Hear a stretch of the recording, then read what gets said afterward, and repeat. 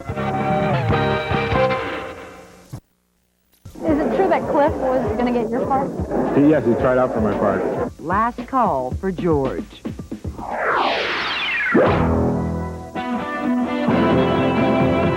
Hello, everyone. I'm Maureen O'Boyle. Welcome to A Current Affair for this Thursday, May 20th. As police bulldozers dig for a body on a remote mountaintop near Los Angeles, we've uncovered the grisly saga that led them there.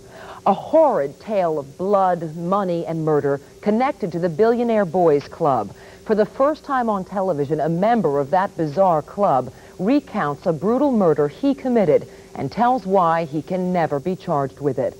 Steve Dunleavy sat down for the chilling confession of a killer. He had the looks of a Hollywood hunk, the brains of a Wall Street genius, and the heart of a great white shark. His name is Joe Hunt, a psychopathic Svengali who was the head of the most bizarre brat pack in criminal history, the BBC, the Billionaire Boys Club. They, no question, lived the life of the rich and famous and life in the fast lane with all that connotes and denotes.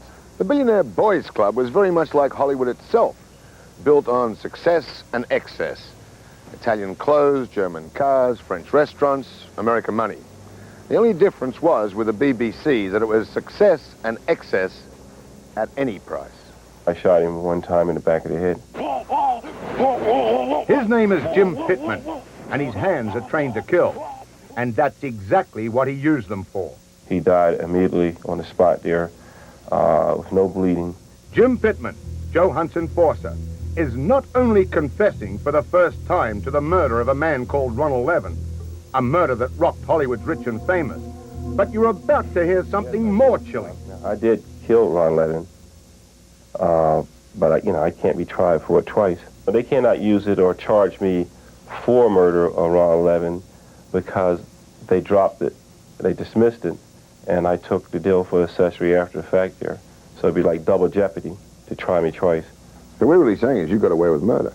I was under a spell of Joe Hunt, and I believed it in Joe, and I feel that he was a real good friend. I mean, a real good friend, in which he would do anything for. And I was willing to do anything for Joe. I mean, that was even kill someone, if it came down to it. When it came down to it, these were the toys that Joe Hunt and his pampered pets of the BBC dreamed of owning for themselves. They were the kids of tycoons who wanted more of what Daddy gave them. The guys would get around and they would talk about how successful their family was there. And Joe would tell them that they was going to be 100 times more successful than their families. You know, if they stick with him, just do what he said. In the sumptuous zip code of Beverly Hills 90210, Joe Hunt, a brilliant but twisted commodities broker, gathered around him an investment firm made up of rich young friends from his old prep school days. In our office, we had a big map, 6 feet by maybe 8 feet, of the whole world. And we had dots in there in different places that we wanted to take over. Joe Hunt was the undisputed leader, planner. None of this could have happened without Joe Hunt. Sue Horton wrote the best-selling book, The Billionaire Boys Club, on which the blockbuster movie of the same name was based, starring Judd Nelson. We just had another $100,000 day. We was depositing a lot of money at one point there. Some days we was taking $700,000, $800,000, to the bank. In a day, sometimes millions of dollars there.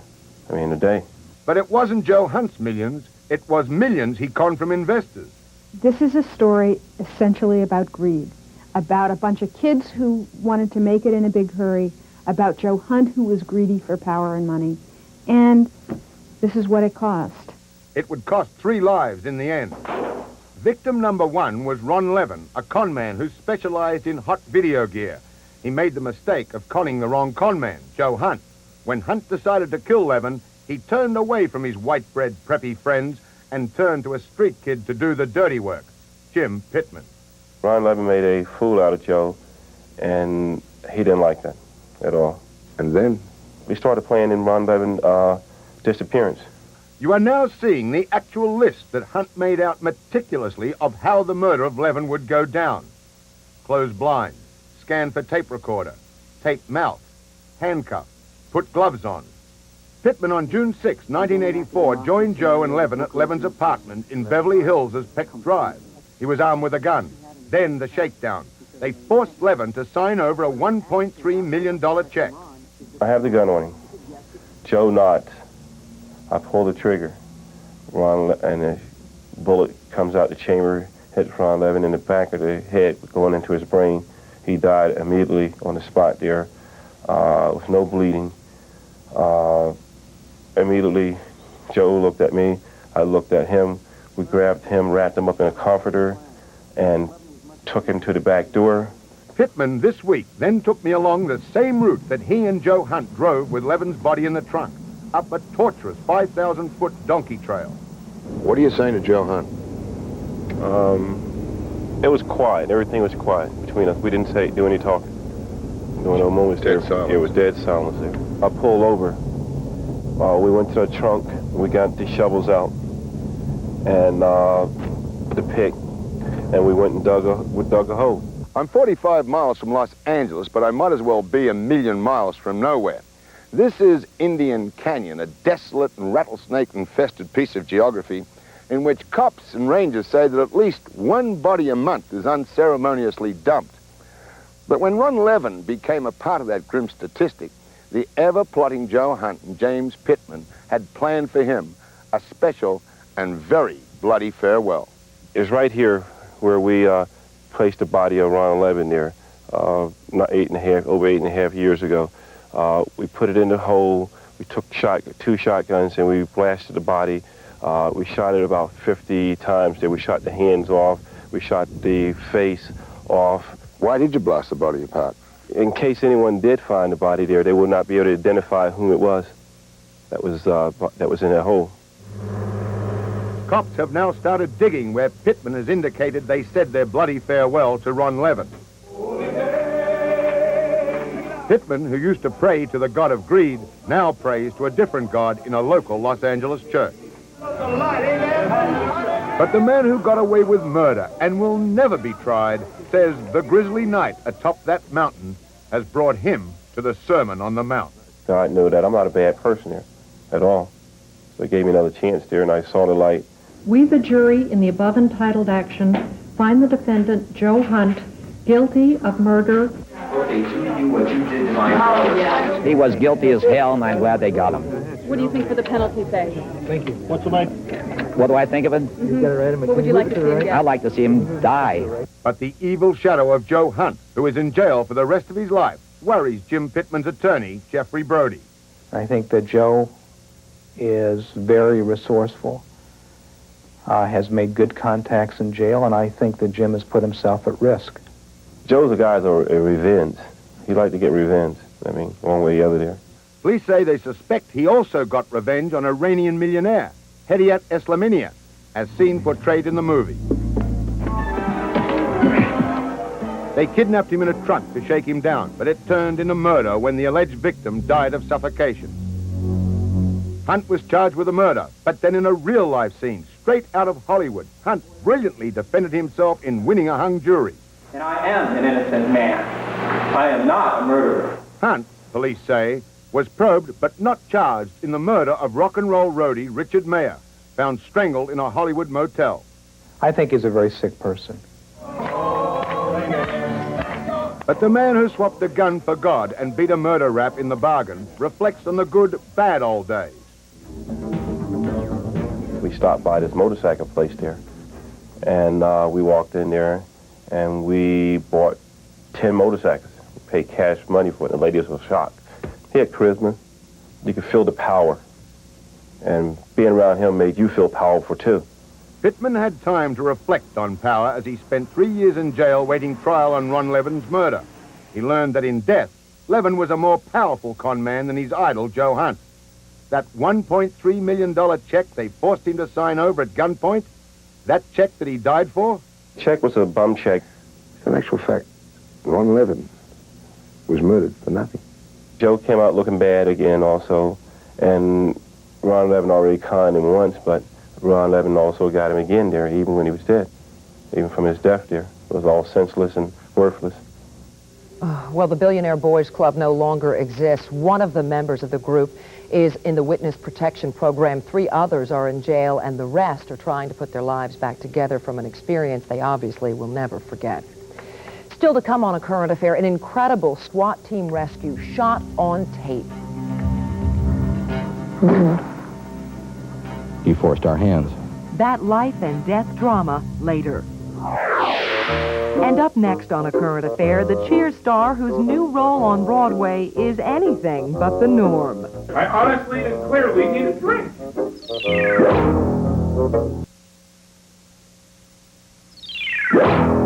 Tonight, millions of people will be tuning in to say goodbye to one of the most popular shows on television. Cheers has been America's craziest saloon for the past 11 years. But when the beer and bar stools are finally put away forever, one man will be shedding a tear for his favorite character. As Robin Dorian found out, it's a sad last call for George.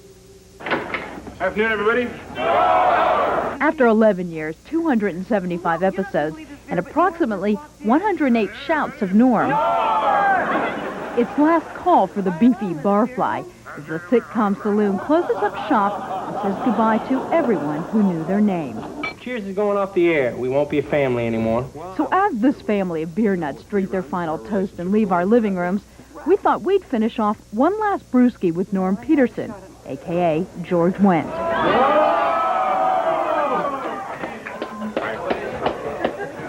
I wish I had a snappy one-liner, but nobody set me up. Somebody set me up. What's up, Norm? My nipples is freezing, like a diaper pizza. You're getting ready for the biggest interview of your life. If I were you, I would be a nervous wreck. No, I'm fine. I'm okay with this one. You're Yeah, sure? positive. Okay. Norm was known for his quickie one-liners every time he came through the door. Busman's holiday, Norm? No, none of those fancy drinks for me, Sammy. Just give me a beer. He became a permanent fixture at the end of the bar. But in the original pilot of Cheers, George Wendt had only one line. It was beer. And though Norm never actually drank beer, It's no non-alcoholic beer. had things gone a little differently, George Wendt may not have even gotten a seat at the bar. Is it true that Cliff was going to get your part? No. Tried out for your part? No. What happened? Yes, he tried out for my part. And he sensed the audition wasn't going well. And so he, before he walked out of the room, he asked the guys if they considered writing in a bar expert, know-it-all. And they said, no, what do you mean? They said, well, you know, a guy, kind of a blowhard, you know, who just thinks he knows everything. And so the part of the postman, Cliff Clavin, was created. Hey, Sammy, what do you say we make an evening out of it, huh? Yeah. Popcorn, pretzels, beer, gather around the old TV set. All right, sounds like a nice change of pace. Norm Peterson was the kind of guy who never met a beer he didn't like, but George Wendt was pickier, and he managed to keep his role less fulfilling by learning the tricks of the trade. Do what I used to do on the show. Cheers. Go like this, and then wait for the camera to go away, and then I go, put it down. Now it's time for Norm to pay off his beer tab and get a life. Do you have a dream role that you wish you could play? Norm? Norm? Yeah. Really? You'd like to play Norm forever? Who wouldn't? But unfortunately for Wendt, his role as Norm is now over. Oh, there were tears, but not till after the curtain call. And what was it like after the curtain call? How emotional was it? Yeah, very emotional and kissy and huggy and weepy. But George Wendt will still be earning a paycheck. An actual paycheck. Not hanging around a bar as some beer-guzzling guy, but on stage as some beer-guzzling guy. Was just like Norm. I honestly and clearly need a drink. The show is called Wild Men, an off-Broadway musical comedy about 4 men on a male bonding weekend. We're wild men, we're wild men, that's a fact. So this is a stretch for you, this role. This is a stretch and a half. I'm singing, I'm dancing. It's frightening. We're wild men, oh, wild men. So tonight, as Norm and the gang raise their mugs for a final farewell to Cheers, Wendt will no longer be known as Norm. But every time he enters a bar, you can be sure everyone will know his name. Oh, we're going to miss him. Just ahead on A Current Affair, an armed man holds his little brother hostage as a camera rolls on his rampage. The weapon it has is a 357. Copy of 357. Sharpshooters end a madman's killing spree. Next.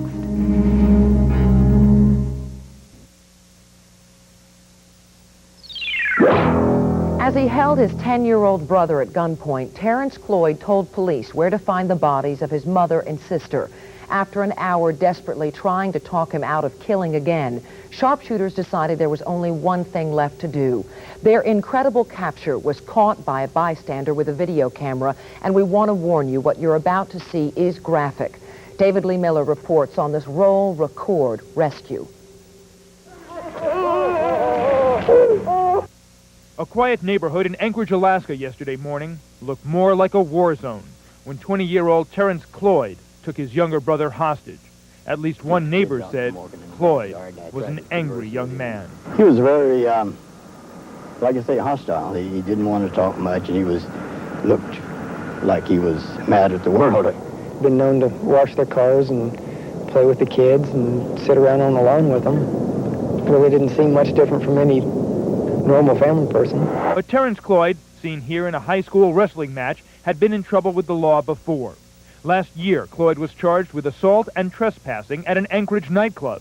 And yesterday morning, he apparently went berserk. The weapon it has is a 357. Copy of 357. Anchorage police set up a command center at the Totem Theater, and snipers were called to the scene. While restraining his brother with his left arm, Cloyd held a gun to the 10-year-old's head.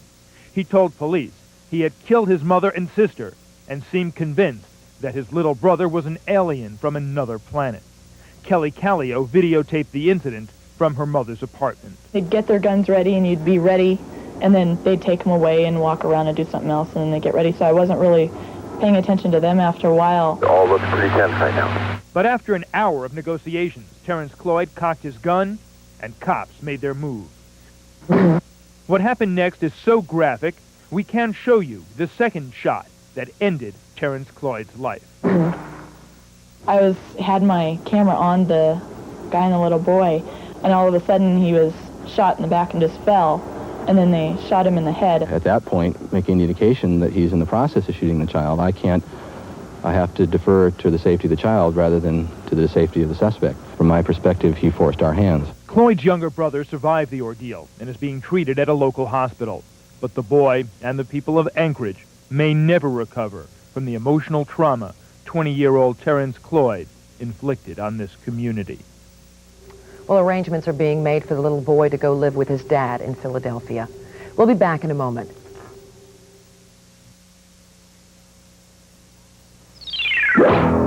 Tomorrow on A Current Affair, a family catches a neighbor's abusive actions on tape. The Crawleys lived next door to a nightmare. She wanted to hire a hitman. She was a neighbor from hell who hurled abuses, Get this off my fence. planted booby traps in the yard, and even shot at their children. She was crazy. And when the Crawleys discovered their neighbor's vile secret, this nightmare ended as a real horror story. Watch the Crawleys' amazing home video on the next A Current Affair. We'll have that bizarre story and lots more Friday. And that's our program for tonight. Thanks for being with us. I'm Maureen O'Boyle. Hope to see you back here tomorrow for the next A Current Affair. Good night.